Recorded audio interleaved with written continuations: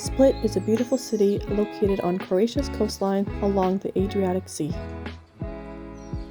Once again, here I am traveling during the off-season, but in about 2 months, this quiet town will turn into a bustling vacation destination full of tourists, travelers, and beachgoers alike. This time, I'm traveling with a good friend of mine from home, Caitlin. We met at the airport and took a taxi to our hotel in the heart of the Old Town. That evening, we took a walking tour of the Old Town with a local guide named Anita. She was super sweet and told us all about the history of the Old Town and Diocletian's palace, as well as some general history of Split and Croatia. The history of the Old Town is actually really interesting, as it's located within the remnants of Diocletian's palace. Some of the original structure is still standing, and over the centuries, people have built their homes and businesses into what remains. Anita explained to us that even today, Emperor Diocletian is a very important historical figure to the Croatian people, or at least to the people of Split.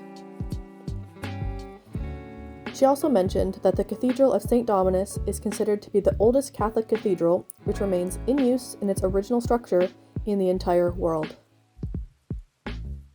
And this is the statue of Bishop Gregory of Nin, where it is said that rubbing his big toe will bring you good luck. Another interesting tidbit is that the city of Split was under Venetian rule for over 400 years, which has resulted in a lot of Italian influence in Split. Once night rolled around, we wanted to check out the nightlife in Split on a Saturday night. Since it was the off-season, the bars were mostly full of locals. First, we went to an Irish pub where they were celebrating the start of the St. Patrick's Day weekend. Then we went to a club called The Boiler, but there was no dance floor, so we decided to take an Uber to a club across the city to a club called The Velvet. And here we danced away to some Croatian music.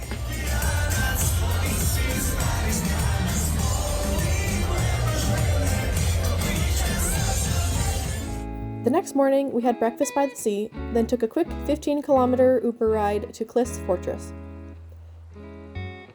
This fortress has been standing for over 2,000 years and played a key role in military defense in this region.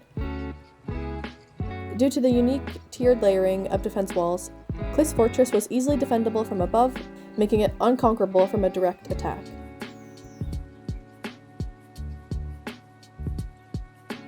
And for those of you who are Game of Thrones fans, you might recognize parts of Klis Fortress as filming locations for several episodes in seasons 4 and 5.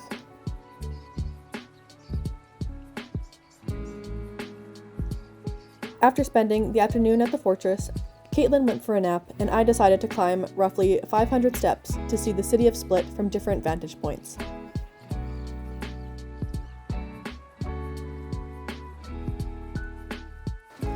Next, we had dinner at a local restaurant down by the waterfront where I tried the black risotto. The black color comes from the cuttlefish ink, and it was actually quite tasty. The following morning, we had breakfast by the sea once more, and the sun was finally out and shining. It was quite hot sitting directly in the sun, so we decided to take our chances on a beach day. Unfortunately, the clouds rolled in just as we arrived at the beach, so we didn't go into the ocean any further than our ankles, but it was still nice to sit and enjoy the view for a while. Once we were back in the Old Town, we decided to climb the bell tower of Diocletian's palace and got an amazing 360 view of the city.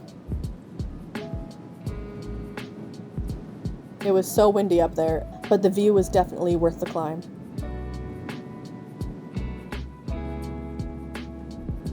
After wandering around the city a little more, we got ready to go back out to the Irish pub to celebrate St. Patrick's Day once more.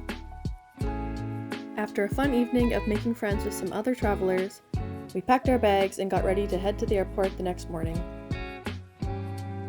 Split was so beautiful. I hope I can come back to Croatia soon and see it in all its summertime glory.